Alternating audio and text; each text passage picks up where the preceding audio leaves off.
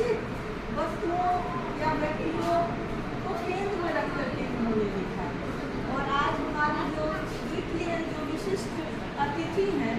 उन्होंने भी बहुत ज्ञानवर्धक बातें कही, जिसमें कई पौराणिक संदर्भों को भी उठाया और कवि की रचनाओं पर भी बात की। और मुझे बहुत खुशी है कि हमारे छात्र छात्राओं से इन विद्वानों की आज बातचीत हुई,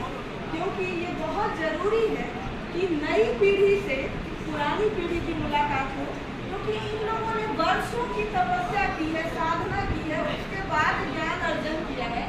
वो ज्ञान यदि आप लोगों को मिल जाएगा तो आपको वो कह लीजिए कि बहुत जल्दी बिना संघर्ष किए वो प्राप्त हो जाए, क्योंकि जो पुरानी पीढ़ी संघर्ष करके कमाती है वो अगली पीढ़ी को देती है, तो वही विरासत है। और इसी तरह से हमारी परंपरा आगे बढ़ती है। तो मैं आदरणीय कवि महोदय का और आज के हमारे जो दूसरे विशिष्ट अतिथि हैं विद्वान,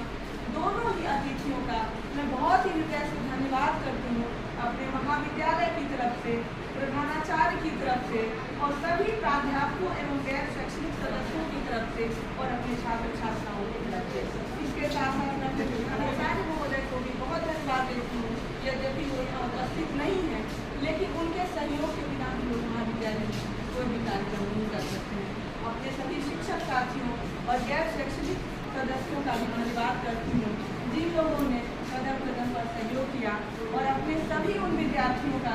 धन्यवाद करना चाहती हूँ जो एक सूचना पर दौड़े भागे चले आते हैं, और जो विद्यार्थी नहीं भी पहुँच पाए उनकी भी अभी थोड़ी समस्या है, क्योंकि आंतरिक परीक्षा का समय चल रहा है। तो बहुत बहुत धन्यवाद, आभार। और यही चाहती हूँ कि इसी तरह से विद्वानों से हमारा संपर्क बना रहे, और इसी तरह से जो भी विद्वान हमारे शहर में पधारते हैं उनसे हम लोग बातचीत कर सकें और थोड़ा ज्ञान वर्धन कर सकें, और इसी तरह